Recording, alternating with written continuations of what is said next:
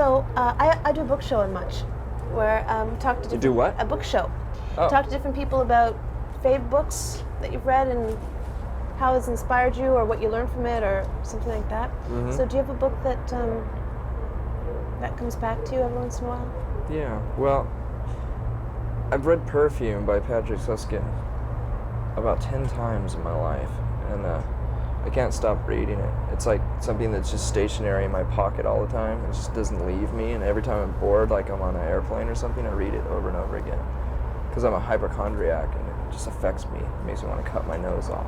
What's the book about? It's about this perfume apprentice in France at the turn of the century, and he is just disgusted basically with all humans, and he just can't get away from humans. So he goes on this trek, this walk of death, where he goes into the rural areas where there's woods all over the place in the small villages, and he only travels by night, and he just, every time he smells human, like a fire from a far off way, he'll just get really disgusted and hide, and he just tries to stay away from people. I can relate to that. Do you ever use what you read in any of your songs?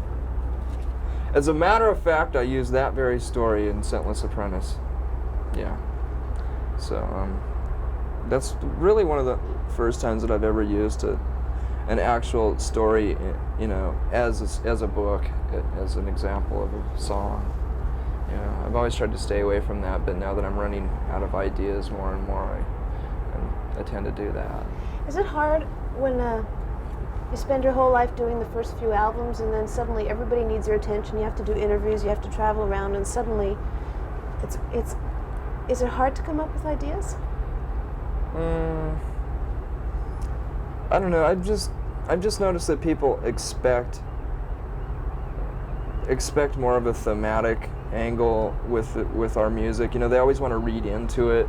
And before, I was just using pieces of poetry and just garbage, just stuff that just would spew out of me at the time. And a lot of times when I write lyrics, it's just at the last second because I'm really lazy. So, and then I find myself having to come up with explanations for it, So I thought I'd, prevent that this time and actually have an explanation for some of the songs at least.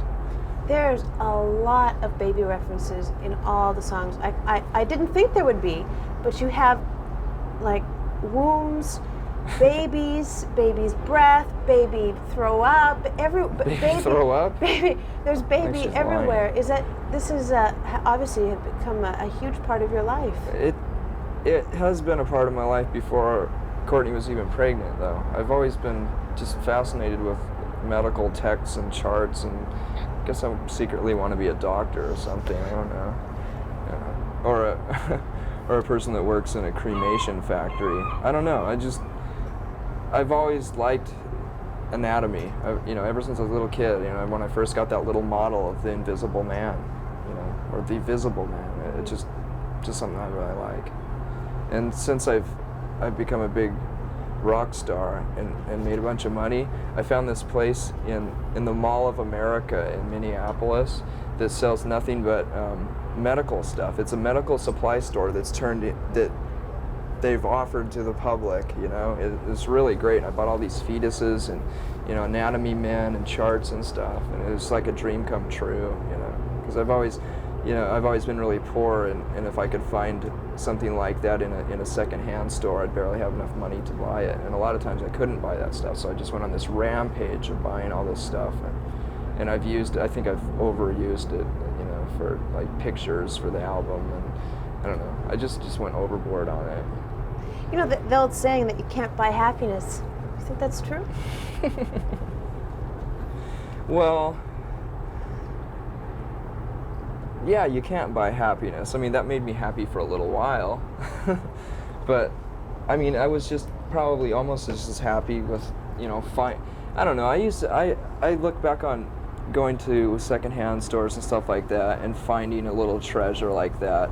And that actually meant more to me because it was more of a stab in the dark in a way, because you didn't know if you're going to be able to afford it, and you don't know what you're really looking for, and when you find it, it's more special to you rather than having $1,000 and going into a store like that and just buying the whole store. It's not as special. because you've achieved so much success, I mean, so quickly, so surprisingly, you've had a baby, you're married. What excites you now? My baby and my marriage. I don't know. I still like playing too. Yeah. I mean, Chris and Dave and I haven't changed at all. I mean, believe it or not, we get along just as well as we ever did. You know, we're just as the same passive-aggressive people as we used to be. You know, we never fight. And when we're pissed off at each other, we just hold it under our breath and have respect for one another in that way. You know, it's easier to work that way. You know, because we have a mission, I guess. How do you personally cope with having relationships, private relationships that are always being scrutinized publicly? It must be really difficult. Well, it is, but I mean, I still have a lot of the same friends that I used to have, so they don't seem to mind, and that isn't ever really exposed too much. You know, no one writes about how me and my friend Dylan walked down the street and did whatever, but yeah, but they rip apart you and Courtney. They love to do that. Yeah, I don't know why, but we're just I don't know. I guess like my ego could be talking right now, and I could say, well, we're interesting people, but I think we're just easy scapegoats. It's just, it started with something, and then, people just pick up on it and carry it along, and we turn into cartoon characters, and there's nothing I can do about it, really. I can threaten to sue, and try to bring up libel laws and stuff like that to people that write shit like that about us. But if you've ever looked into that, it's pretty much a lost cause. You have to have a lot of money to do that. And, I could spend the money that I earned last year all on fighting the Vanity Fair piece, and they'd end up winning because they have more money. So there's a magazine in Canada that incorporates itself for each issue, and then it goes bankrupt on each issue so that it could write whatever it wants and no one could ever sue them. Wow, that's a pretty smart thing to do. Yeah, yeah, it is. That kind of reminds me of how a lot of stations in the States got a hold of our new album, but it was like someone had anonymously sent them like 5th generation cassette copies of our new album, and in order for them to play it, they started on the weekend at 5 o'clock, like on Friday nights. That way they could play it throughout the rest of the weekend without having a council, sue them.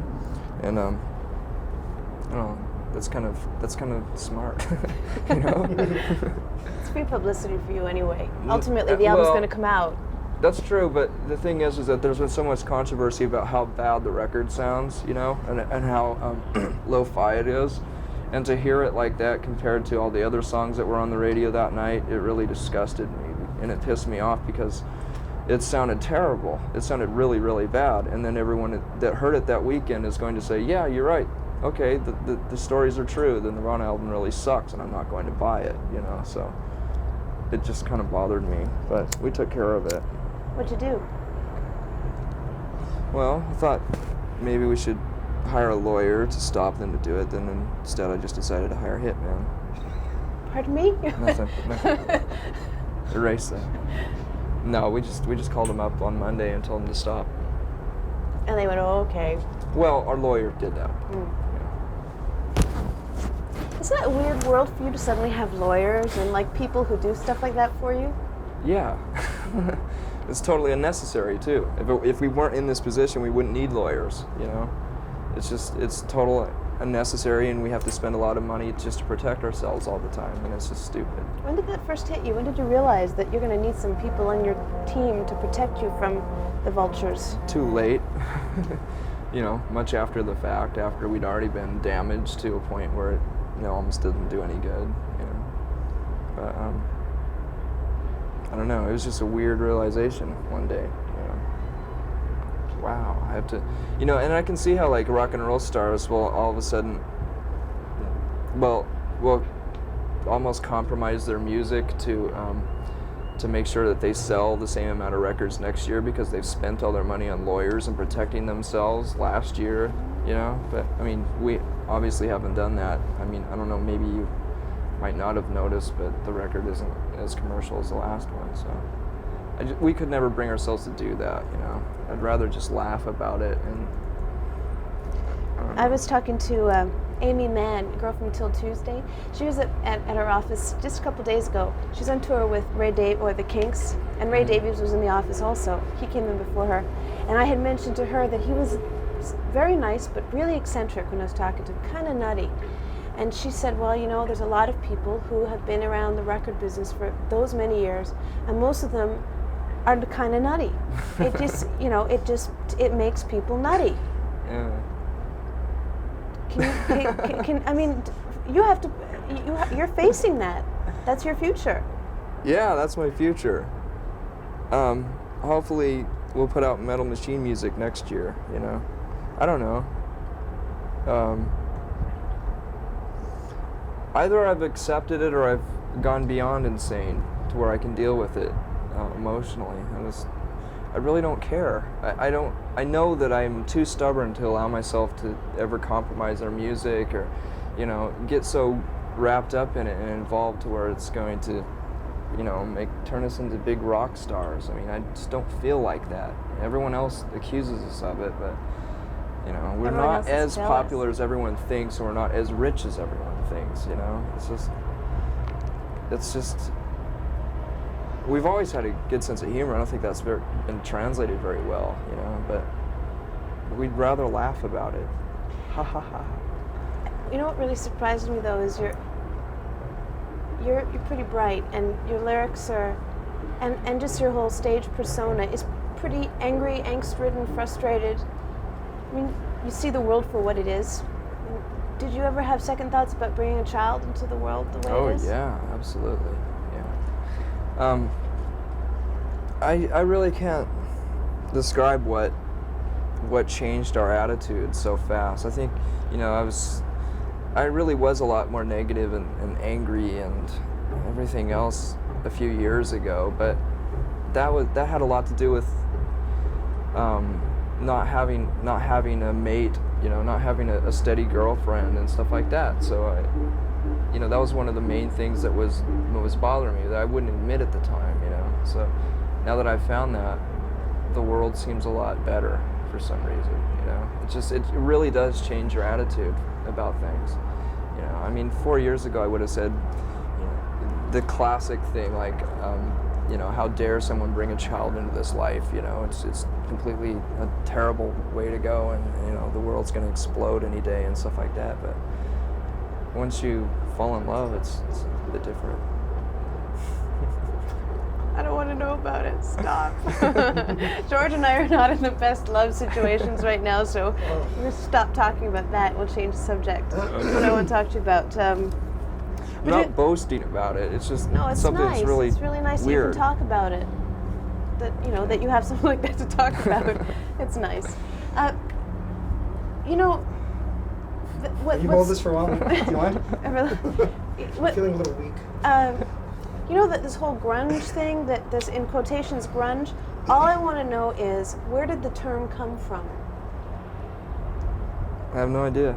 I think some of the rumors are that Jonathan Poneman said it one time sarcastically, and it just caught on. Who's that? He's one of the head honchos at Sub Pop Records. But no one set out to market this music as that, you know. Just, you know, that's what happens when the media catches on. You know, they have to call it something. I like it as much as new wave. I would have been proud to be a new waver, you know, 15 years ago. Oh yeah, well, we were about the same age. I was into new wave, absolutely. Do you think you Me have too. some of the same? Is there anything the same between your music and new wave? I think so. Like what?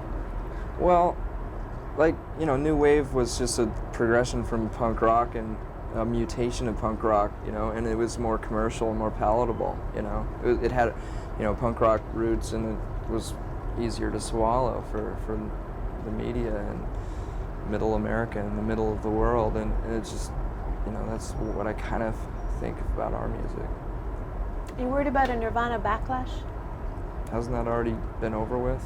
Hasn't that already happened? I don't know. Sure. No. I don't know. Okay. What else I want to talk to you about? But we're getting more new wave as the days go by. I think we're going to reinvent new wave and bring back breakdancing. I'd really like to bring back new wave and breakdancing, you know, meld it to something. I don't know. That's what our new music is sounding like. We're using a lot more effects boxes, and we haven't resorted to skinny ties, but I think our music's, you know, this album's like the closing of the chapter of the formula we've been using, you know. It's like grunge is really kind of boring for us, you know. It's something we can't deny, and we're not going to stop playing the old songs live. Whoops. And but you know, our tastes are just changing so rapidly that we're really experimenting with a lot of stuff, and it might get too indulgent and be really embarrassing for the next album, but we can't put out another album, and this is just like the last chapter of 3-chord grunge music for us. And it was an easy thing to do and a safe thing to do because we knew it's still popular, you know, but we had to get it out of our systems. How come you are so nice and you seem so comfortable with yourself? Something must have really happened in the last couple of years. Is it just falling in love? No. What happened? I've always been a nice guy. Maybe you were afraid to show it before. How's that? Well, what? I don't know. You've never met me before. I never met you before, but I know that other people who have had the opportunity to interview, and they said, oh, he hates doing interviews. He's not going to want to talk about anything. Well, and I said, well, you know, whatever. Who knows? And you're just like exactly the opposite of. It just depends on what mood I'm in, really. Yeah, I'm kind of a moody person, and a lot of times when someone has had the chance to talk to me, I've probably been on tour, or I've probably gone through an exhausted time where I've talked about myself for hours and hours, and this week I haven't had to talk about myself very much, so lucky probably me. more cooperative. I think one of the interesting things about Nirvana that you don't really talk about that much is that you're very concerned about sexism. I like that. That's good. So how do you make people aware of that problem? By writing songs as blunt as Rape Me. Having to resort to doing something like that is almost embarrassing because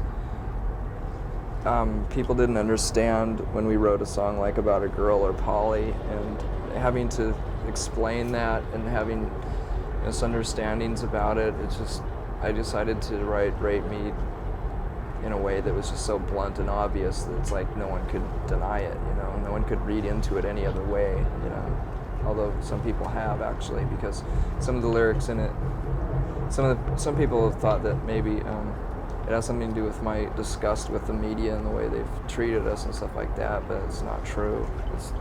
That's not what the song's about at all. It's just my way of, in a sarcastic way almost, of like just saying how obvious do we have to be, you know. And I guess we don't talk about those kind of things that, you know, that are really important to us because I don't want to be thought of as like nothing more than a PC band, you know. I mean, we're entertainers. You know, that's what music is, and so it's really hard to, you know, step over the lines, you know. It's that you have so much power because that camera's on you. And right, and you can use it.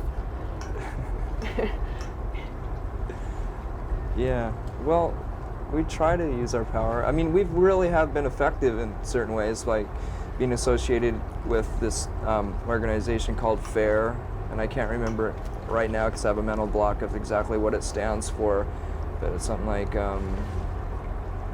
shit, I can't remember.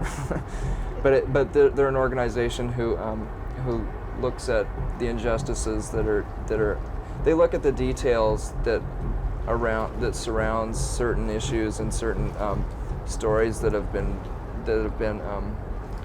reported in magazines and newspapers like USA Today, who tend to, you know, look over a lot of the facts, and they're pretty much a leftist organization that tries to protect people in certain areas, you know, and they supposedly try as hard as they can to, you know, to deliver the truth, And so, you know, we've done benefits like that for like No on 9 benefits to try to stop